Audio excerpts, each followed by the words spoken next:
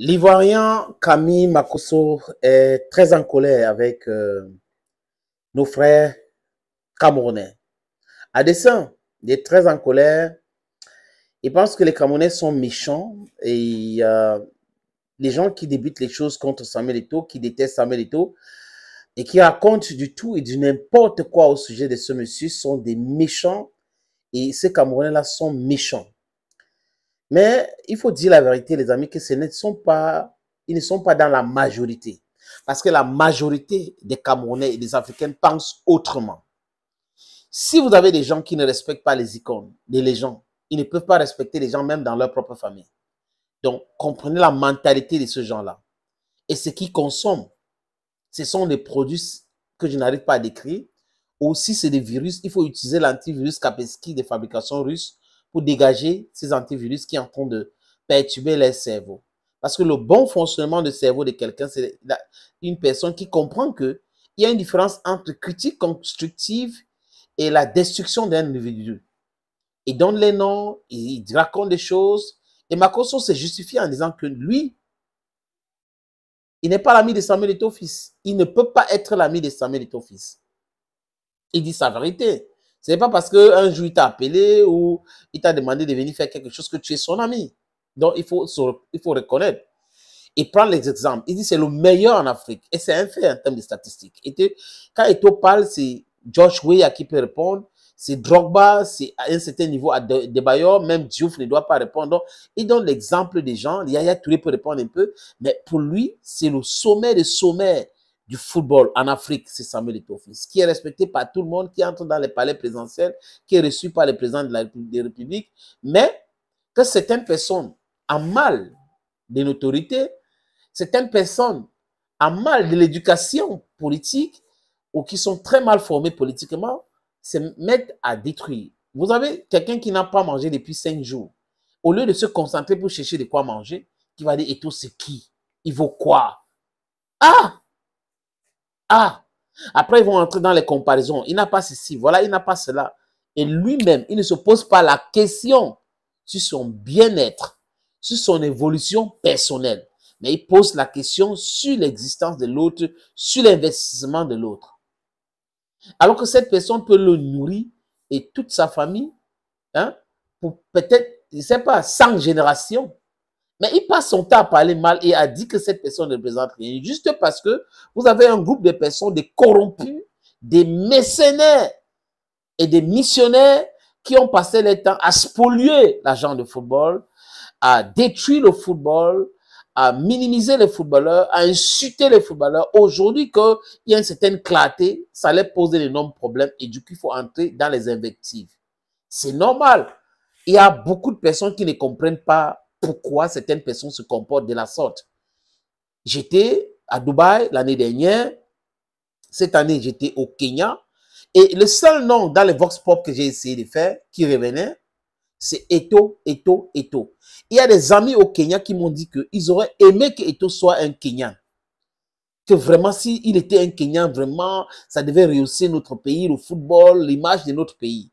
Le président rwandais, Paul Kagame, a dit qu'il aurait aussi souhaité que le bon Dieu fasse en sorte qu'Eto'o, hein, il aurait souhaité qu'Eto'o soit aussi un Rwandais. Mais pendant ce temps, vous avez des gens qui sont mal formés, mal informés, mal intentionnés, mal éduqués, qui passent leur temps à essayer de noircir l'image de ces garçons. Si ils étaient en train de débiter, laissez-moi utiliser cette expression, les amis, s'ils étaient en train de dire des choses correctement, simplement, critiquer, parce que tout œuvre humain mérite d'être critiqué. Mais si vous êtes dans l'injure, vous voulez parler à quelqu'un, vous lui donnez des noms. Tantôt c'est Mokwanye, c'est Kwanye, c'est ceci, c'est Donatien, c'est Camara, et tout ce nom-là, les amis.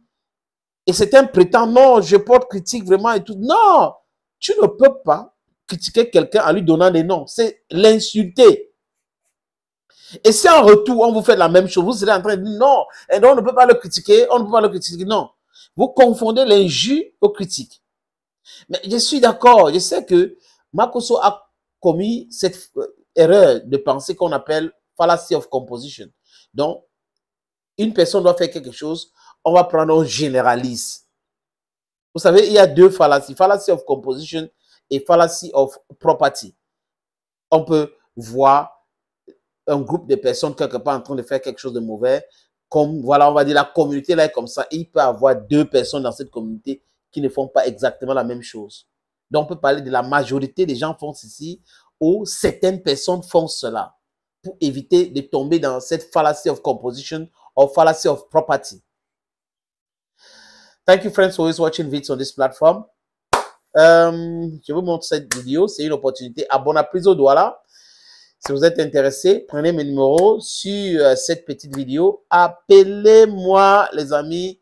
On va échanger. Je vais vous donner des informations concernant ce terrain titré Abonnez-vous. Opportunité en or à Douala. Terrain à vendre. 560 mètres carrés. Vous voulez construire un centre commercial, un hôtel, vous voulez construire votre propre maison à vous, vous voulez ouvrir une station de service, c'est à vendre, les amis. Je répète encore, c'est à vendre, ce terrain. Voilà donc l'opportunité que je vous présente là. C'est 560 mètres carrés, je répète. Et le terrain est titré. Nous allons vous laisser le temps de vérifier. Parce que c'est très important. Donc, ce n'est pas le genre de terrain où il y a un problème. Non, non, non. C'est en plan Bonapuzo, à côté de la route. La route ceinture ce terrain. D'un côté, il y a une route en pavé. De l'autre côté, c'est une autre route bitumée. C'est abordable le prix. Hein, donc, on peut discuter du prix. Si vous êtes intéressé, appelez-moi à travers les deux numéros que vous voyez à l'écran là. 6 80 87 37 37 ou le 6 96 17 60 34. Et les numéros, le premier numéro passe sur WhatsApp, donc vous pouvez nous envoyer un WhatsApp ou vous nous appelez simplement. Et l'autre numéro, c'est uniquement par appel simple, les amis. Donc, voilà donc cette opportunité que j'ai décidé de partager avec vous. Contactez-moi si vous êtes intéressé.